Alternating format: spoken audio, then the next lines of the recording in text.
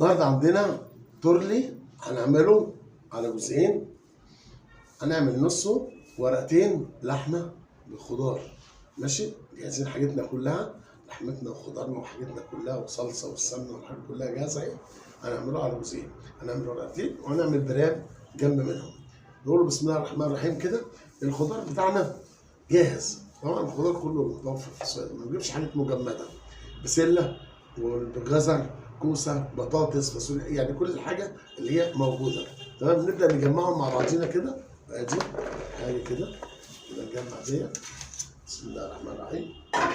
ماشي، البصل، بصل وفلفل وخضره وطماطم وحاجاتنا كلها مع بعضيها. برضه هنحطها فوق منها كده. بنجمع كله على بعضيه. تمام كده.